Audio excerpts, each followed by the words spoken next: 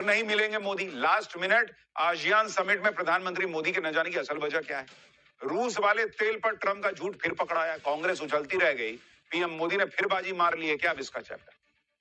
अगर Donald Trump खुद को सबसे बड़ा खिलाड़ी समझते हैं, पीएम मोदी कम है। ट्रंप नरेंद्र मोदी को फोन पे फोन घुमा रहे थे, कभी जन्मदिन के बहाने, कभी दिवाली के बहाने, लेकिन ट्रंप ने जो सोचा था वो हुआ नहीं। पहले ये कहा जा रहा था कि प्रधानमंत्री नरेंद्र मोदी मलेशिया में होने वाली आसियान समिट में हिस्सा लेने जा रहे हैं। ये समिट 26 से 28 अक्टूबर को होने वाली थी। आसियान समिट के लिए ट्रंप भी मलेशिया आ रहे थे। ट्रंप सोच रहे थे कि नरेंद्र मोदी से आसियान में मुलाकात हो जाएगी, लेकिन ट्रंप की सारी प्लानिंग धरी की धरी रह गई, क्योंकि अब आसियान में ट्रंप तो होंगे, लेकिन मोदी वहां खुद मौजूद नहीं होंगे। यानी लास्ट मिनट पे नरेंद्र मोदी ने खेला कर दिया। नरेंद्र मोदी से मिलने का ट्रंप का इंतजार धीरे धीरे लंबा होता जा रहा है। पहले कनाडा में G7 समिट से लौटते वक्त ट्रंप ने पीएम मोदी से अमेरिका आकर मिलने की गुजारिश की थी। पीएम मोदी ने कहा नहीं, बहुत बिजी हूं, अभी नहीं आ पाऊंगा। फिर गाजा पीस समिट में ट्रंप ने पीएम मोदी को न्योता भेजा कि देखिए सब आ रहे हैं, आप भी आइए। ट्रंप का गेम प्लान पीएम मोदी समझ चुके थे। ये आदमी कहीं भी अलाय बलाय बोलता है, और ये भारत है, पाकिस्तान तो है नहीं, और ये मोदी है, शहबाज शरीफ तो है नहीं कि ट्रंप बुलाएगा और एकदम कसीदे पढ़ने लगे। तो पीएम मोदी ने विदेश राज्य मंत्री को भेज दिया, खुद गए ही नहीं। अब ट्रंप उम्मीद लगाए बैठे थे कि आसियान समिट में उन्हें पीएम मोदी से मुलाकात का मौका मिलेगा, लेकिन यहां भी पीएम मोदी ने जाने का फैसला लास्ट मिनट पर टाल दिया। पीएम मोदी ने लास्ट मिनट में आसियान में जाने का फैसला क्यों टाला? कांग्रेस इस फैसले को लेकर क्यों उछल रही है? रूस वाले तेल पे ट्रंप का कौन सा नया झूठ पकड़ा गया कि कांग्रेस उछलती रह गई और पीएम मोदी ने बाजी मार ली क्या? ये सब आपको दिखाऊंगा, लेकिन पहले झलक देखिए।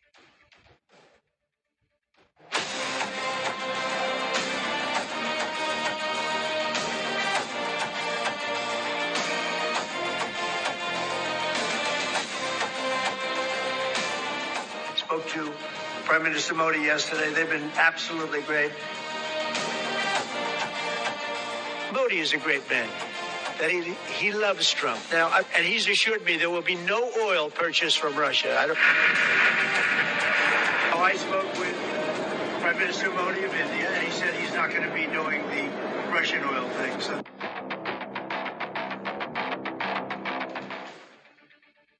देखिए, ग्लोबल डिप्लोमेसी में आज की सबसे बड़ी खबर यही है कि प्रधानमंत्री नरेंद्र मोदी आसियान समिट के लिए मलेशिया नहीं जा रहे। मलेशिया में आसियान समिट के लिए नहीं जाने का मतलब यह है कि नरेंद्र मोदी और डोनाल्ड ट्रंप की जिस मुलाकात के कयास लगाए जा रहे थे, वो मुलाकात अब हो नहीं पाएगी। आसियान समिट में न जाने के बारे में खुद प्रधानमंत्री मोदी ने सबको बता दिया।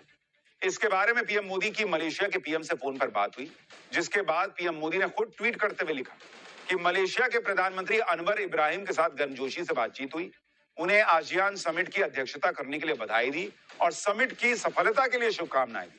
आसियान समिट में वर्चुअल तौर पर शामिल होने और आसियान भारत के बीच व्यापक रणनीतिक साझेदारी को और मजबूत करने के लिए उत्सुक। यानी आज तेरे संग संग रह के मैं रंग जाऊं तेरे। जब रूस से तेल खरीदेंगे ही नहीं। तो सुनिए, रूस से भारत के तेल खरीदने पर ट्रंप ने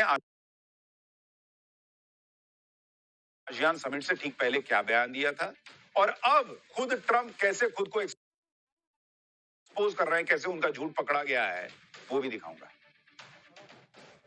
Talking to him about it. I think it's a little bit of a different talk. India, as you know, has told me they are stop. You know, it's a process. You can't just stop it. But by the end of the year, they'll be down to almost nothing. That's a big thing. There was almost 40% of the oil. India, they've been great. Spoke to Prime Minister Modi yesterday. They've been absolutely great. China's a little bit different. You know, they're a little bit different relationship they have with Russia. It was never good, but because of Biden and Obama, they got forced together. They should never have been forced. Donald Trump के साथ दिक्कत यही है, एक तो हर बात का credit लेने की आदत, दूसरी बात गलत दावे ठोक देते हैं। भारत ने रूस से तेल खरीदना बंद नहीं किया, ये हम आपको लगातार आंकड़ों के साथ बता रहे हैं, लेकिन ट्रंप ये बात कहते रहते हैं। उधर कांग्रेस इसी में उछल जाती है कि अरे बाप रे, ट्रंप ने कह दिया तो इससे बड़ा ब्रह्म वाक्य क्या हो सकता है। डोनाल्ड ट्रंप खुद कितने अनप्रेडिक्टेबल हैं, इसे इस तरह से समझिए कि ट्रंप ने रूस और यूक्रेन के बीच युद्ध रुकवाने के लिए पहले तो रूस के राष्ट्रपति पुतिन से मुलाकात की, पुतिन की खूब तारीफ की है। मुलाकात के बाद फोन पर पुतिन के साथ ट्रंप की लंबी बातचीत भी हुई। दोनों नेताओं के बीच एक बार फिर बुडापेस्ट में मुलाकात होना भी तय हो चुका था। लेकिन ये मुलाकात भी अचानक रद्द हो गई और ट्रंप ने कह दिया कि वो पुतिन के साथ मुलाकात में समय बर्बाद नहीं करना चाहते। दरअसल सूत्रों का दावा है कि इस मुलाकात के लिए ट्रंप ने पुतिन के सामने यूक्रेन के साथ युद्ध रोकने की शर्त रख दी थी, जिसे पुतिन ने सिरे से खारिज कर दिया। ट्रंप इतने भड़क गए कि उन्होंने सिर्फ पुतिन के साथ मुलाकात ही नहीं कर दी, बल्कि रूस पर नए प्रतिबंध लगाने का ऐलान कर दिया। अमेरिका ने रूस की 2 सबसे बड़ी तेल कंपनियों रोजनेफ्ट और लुकाइल पर बैन लगा दिया। रूस की ये दोनों तेल कंपनियां हर दिन 31 लाख बैरल तेल का एक्सपोर्ट करती हैं और अकेले रोजनेफ्ट कंपनी ग्लोबल तेल प्रोडक्शन का 6% और रूस के कुल तेल उत्पादन का करीब आधा हिस्सा एक्सपोर्ट करती है। खास बात यह है कि भारत रूस की इन दोनों तेल कंपनियों से तेल खरीदता है।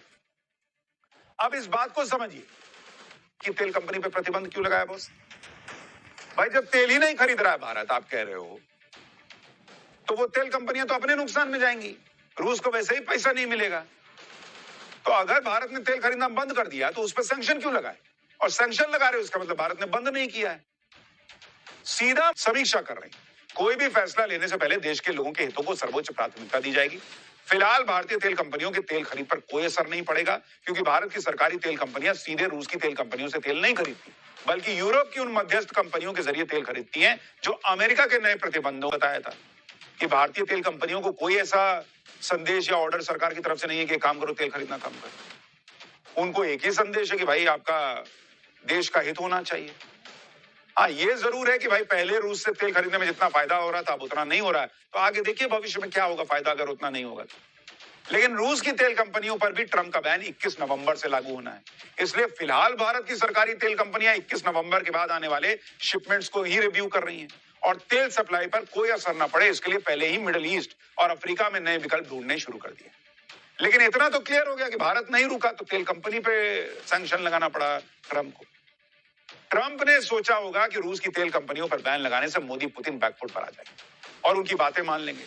लेकिन ये ट्रंप भूल गए कि अमेरिका ही नहीं, पश्चिमी देशों के तमाम प्रतिबंधों के बाद भी पुतिन पिछले 3 सालों से यूक्रेन के खिलाफ युद्ध जारी किया और इस बार भी ट्रंप के नए प्रतिबंधों का पुतिन ने अपने अंदाज में जवाब दिया। एक तरफ तो रूस ने यूक्रेन पर हमले तेज कर दिए, दूसरी तरफ पुतिन ने अपने न्यूक्लियर पावर का दम दिखाया। पुतिन की निगरानी में रूस ने जबरदस्त न्यूक्लियर ड्रिल की, जिसमें जमीन, आसमान और हवा में न्यूक्लियर अटैक की क्षमता को परखा दिया। न्यूक्लियर ड्रिल के दौरान रूस की इंटरकॉन्टिनेंटल बैलिस्टिक मिसाइल और घातक क्रूज मिसाइलें टारगेट की तरफ उड़ान भरती नजर आई। रूस ने दावा किया कि ड्रिल के दौरान उनकी सेना ने सभी टारगेट्स पूरे कर दिए। तो यानी यहां पर ट्रंप का मामला कमजोर दिखा। ट्रंप जो तैयारी सो करें तो करें, लेकिन मुनीर, मसूद अजहर, हाफिज सईद क्या तैयारी कर रहे हैं जरा वो देखिए। 150 रुपए की फीस, रोज 40 मिनट ऑनलाइन क्लास। मुनीर और मसूद अजहर महिला आतंकियों की ब्रिगेड ऐसे बना रहे हैं क्या? हाफिज सईद का पैगाम तैयार, मुनीर सैफुल्लाह मिलकर फिर क्या बड़ा प्लान कर रहे हैं भारत के खिलाफ? अब इसका चल। ऑपरेशन सिंदूर में हुई कुटाई के बाद पाकिस्तान के आतंकी लगातार भारत के खिलाफ साजिश रचने की कोशिश तो कर रहे हैं। इंडियन आर्मी की पिटाई के बाद पाकिस्तान एक बार फिर आतंकियों की गोद में जा बैठा है। पाकिस्तान में जगह जगह पोस्टर लग रहे हैं। पाकिस्तान की सभी आतंकी जमातों को जिंदा करने के लिए लाहौर में रैली होने जा रही है। इस रैली का पोस्टर बॉय बना है पहलगाम हमले का मास्टरमाइंड सैफुल्लाह कसूरी। ये देखिए पोस्टर चिपकाए गए।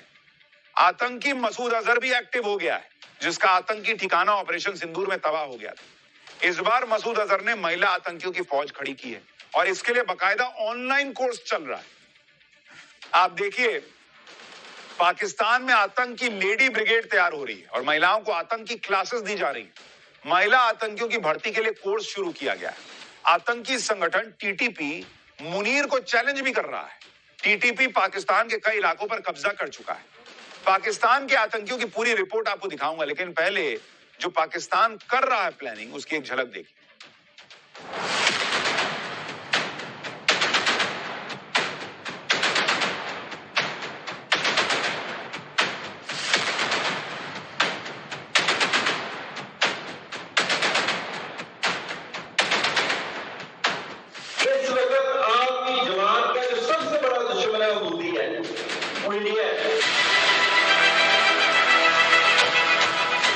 पाकिस्तान का 17 ईयर्स का उसकी लड़की की बच्चे की उम्र है, उसने इंडिया का पूरा ग्रिड सिस्टम सबोटाज किया। 2 नवंबर को इतवार के दिन मीनारे पाकिस्तान में पूरे मुल्क को जमा करना चाहिए। मसूद अजहर किस तरह से महिलाओं को आतंकी बनाने की ऑनलाइन कोर्स चला रहा है, वो आपको अब पहले बताता हूं। महिला आतंकी तैयार करने के लिए शुरू किए गए कोर्स का नाम तुफ्त अल मुमिनात रखा गया। कोर्स के जरिए महिलाओं को आतंकवाद का पाठ पढ़ाया जाएगा। आईएसआईएस और बोको हराम की तर्ज पर जमात अल मुमिनात नाम का आतंकी विंग तैयार किया जा रहा है और फिर इनका इस्तेमाल महिला आत्मघाती हमलावर के तौर पर किया जाएगा। जैश की महिला ब्रिगेड से जमात उल मुमिनात के लिए फंड भी जुटाया जाएगा। जिहादी ट्रेनिंग के लिए रोज 40 मिनट की ऑनलाइन क्लास होगी, जिसके लिए महिलाओं से 150 भारतीय रुपए वसूले जाएंगे। बताइए, फीस लेकर बॉम्बर बनाएंगे। पाकिस्तान में आतंक का ऑनलाइन लाइव लेक्चर 8 नवंबर से शुरू होने जा रहा है, जिनमें आतंकियों की पत्नियों और गरीब महिलाओं को भर्ती किया जा रहा है। ये महिलाएं बहावलपुर, कराची, मुजफ्फराबाद और कोटली जैसे इलाकों में मदरसों में पढ़ती हैं। महिला आतंकियों को ट्रेनिंग का जिम्मा मसूद अजहर की 2 बहनों को दिया गया, सादिया अजहर और समैरा अजहर। महिला आतंकी तैयार करने का काम करेगी। इनके नाम में हटा देना चाहिए, जहर ही जहर है, अजहर की क्या जरूरत है। सादिया अजहर वही है जिसका पति आतंकी यूसुफ अजहर ऑपरेशन सिंदूर के दौरान मारा गया। तो महिलाओं को तैयार करना है तो ऑनलाइन क्लास चला रहे हैं, नाटक देख रहे हैं और उसमें 150 रुपए फीस भी ले रहे हैं। एक तरफ मसूद अजहर ने महिला आतंकियों को ट्रेनिंग का प्लान तैयार कर लिया है, दूसरी तरफ हाफिज सईद भी अंडरग्राउंड आतंकियों को दोबारा एक्टिव कर रहा है। लश्कर तैयबा ने पाकिस्तान में बड़ी रैली प्लान की है। रैली के लिए पोस्टर छपवाए गए, जिसमें पहलगाम हमले के मास्टरमाइंड आतंकी सैफुल्लाह कसूरी की फोटो लगाई गई। लश्कर की यह रैली 2 नवंबर को लाहौर के मीनारे पाकिस्तान में होगी। हाफिज सईद का बेटा तलहा सईद इस रैली की तैयारी में जुटा हुआ है। ये रैली लश्कर के पॉलिटिकल विंग पाकिस्तान मरकजी मुस्लिम लीग के बैनर तले बुलाई गई। रैली के जरिए लश्कर को नए सिरे से खड़ा करने की पाकिस्तान आर्मी की प्लानिंग है। इस रैली में लश्कर के टॉप आतंकी जो इंडिया से मोस्ट वांटेड हैं, वो शामिल होंगे। लाहौर से लेकर इस्लामाबाद, फैसलाबाद, कराची, रावलपिंडी तक प्रचार चल रहा है भाई। सूत्रों के मुताबिक रैली में हाफिज सईद तो नहीं आ पाएगा, लेकिन उसका संदेश पढ़ा जाएगा। उसको डर भी होगा कि कहीं कोई अज्ञात हमलावर ठोक ना दे। भारतीय खुफिया एजेंसियां भी लाहौर में होने वाली इस रैली पर नजर रखे हुए हैं। लाहौर में खुलेआम